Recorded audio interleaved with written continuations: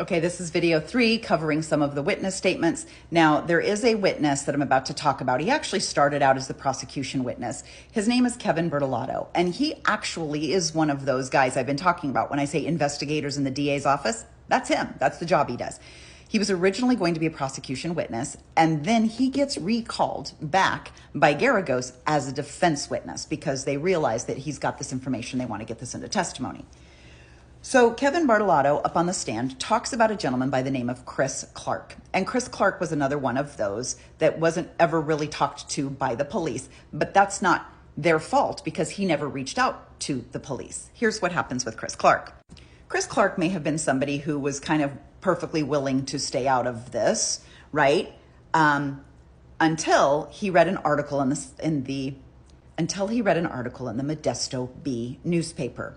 The Modesto Bee claimed that the police and prosecution believed that all of these leads that they were getting could be easily disregarded because Lacey had stopped walking. Lacey was no longer walking. She was no longer walking the dog. She was never going into the park. She was never going through the neighborhood. All of that stopped back in the early part of October. So that is what the publication, the newspaper, was reporting to everybody. She was not even walking the dog anymore. But Chris Clark is like, hold on a minute, because yes, the fuck she was. So Chris Clark reaches out to the district attorney's office because he's like, listen, you guys are working off of bad information. He reads this article that says the police and prosecution are sure that she was never walking after that. And he's like, I think I've got a tidbit for you. So he calls the DA's office.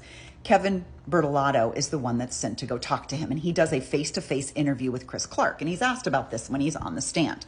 So Chris Clark tells Bertolato, this is in the report, he tells Bertolato that he saw the article in the Modesto Bee. But he knows that can't be accurate because he has seen Lacey walking at least 5 times after October 15th. So the newspaper said she'd stopped long before that. And he's like, no, she didn't because I keep seeing her. In fact, Chris Clark says he had seen Lacey walking Mackenzie in the park just a couple of weeks ago. And one of the members of the family that Chris Clark works for. So Chris Clark, it's a tongue twister. Chris Clark works for a family by the name of Williams, okay?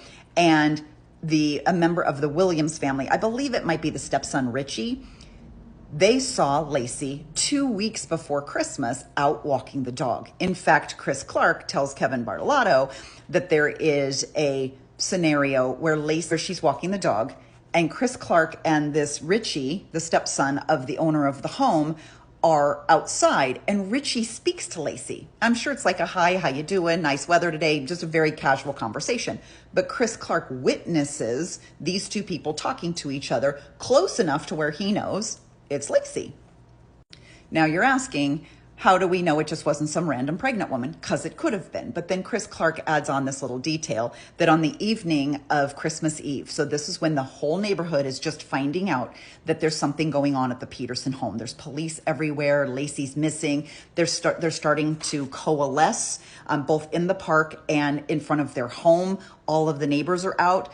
The Williams family and Chris Clark, they go over to the Petersons' home to bring coffee and turkey sandwiches for all of the people, the family and the searchers and everybody that's out there. And Chris Clark is able to put those two things together. I know it was Lacey, and then I know that that was her house that I went to. That was the same lady. So he tells this story to Kevin Bertolato, who then talks about it on the stand. The next one is a lot, so buckle up. This is Tom Harshman and his wife. And they claim that they are driving on Scenic Drive and Coffee Road, which as we look at that map, it was like the top part. This is one of those that's within like the 3-mile radius. He claims that he sees between 2 and 4 p.m. on Christmas Eve, on 12/24, they see a pregnant woman that is being forced into the back of a van. He says they saw it and kind of did you see what I saw? And then they were concerned, so they turned around and went back to try and maybe even just get a license plate of the van, but it was gone by the time they got back. He called the police the same day. And mind you, this was before the tip line was set up. So it either comes in via 911 or it comes to the Modesto PD, like main desk. This probably went to their main line because he never heard anything back. He tried again and doesn't hear anything back. By December 28th, the news of Lacey's disappearance is everywhere. And he then tries to call the tip line because he's sure it was Lacey that he saw. So he calls the tip line twice. And the lead, the person who's collecting the calls at the tip line, gives this lead to someone named Detective Holmes. And Detective Holmes receives the information because I guess Harshman just left it on a voicemail or something. But it basically, Harshman sums up that he saw a woman. She was urinating on like the side of the road. There was a man with her. Then she was sort of forced into the back of the van. This is a story we've all heard a million times. He said the man was in his 30s. He was tall and thin with a ponytail. And that the woman, like they looked at the woman's face and she just looked so frightened. So he in his head thinks this has something to do with Lacey Peterson. Now, mind you, when he first called the police on Christmas Eve, he might have actually even called the police before Lacey is even been reported missing, before the 911 call from Ron Gransky came in. So I can understand why the police might not connect that it's Lacey. But when they get a tip that a pregnant woman is being shoved in the back of a van, wouldn't you look into it? And they never did. Fast forward to January 3rd. At this point, Harshman still hadn't heard anything from the Modesto PD. He's called 4 times and no one's called him back. So he walks to the command post. There's a command post in the park, like a trailer that they set up. He goes to the command post and he wants to speak to someone in person.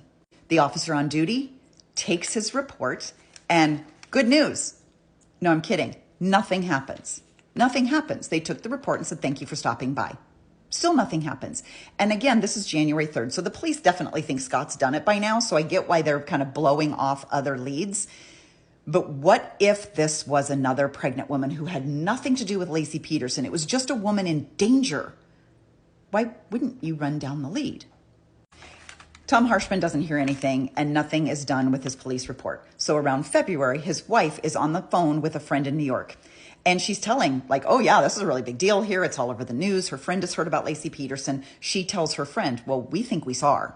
And the friend thinks this is such a big deal that the friend then tells a detective in the NYPD, hey, my friends in Modesto are trying to get this lead to the police and the police aren't doing anything about it.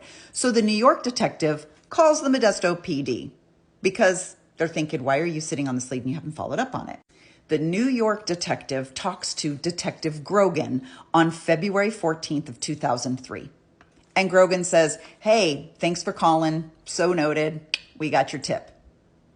Nothing happens until May of 2004, which is 14 months later.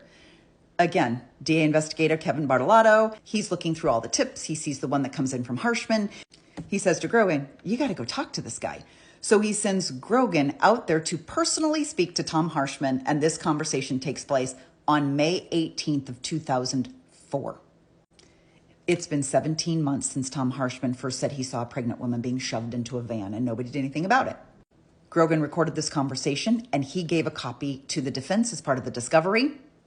This is the very first time the case is beginning, and this is the very first time the defense even finds out that Tom Harshman exists.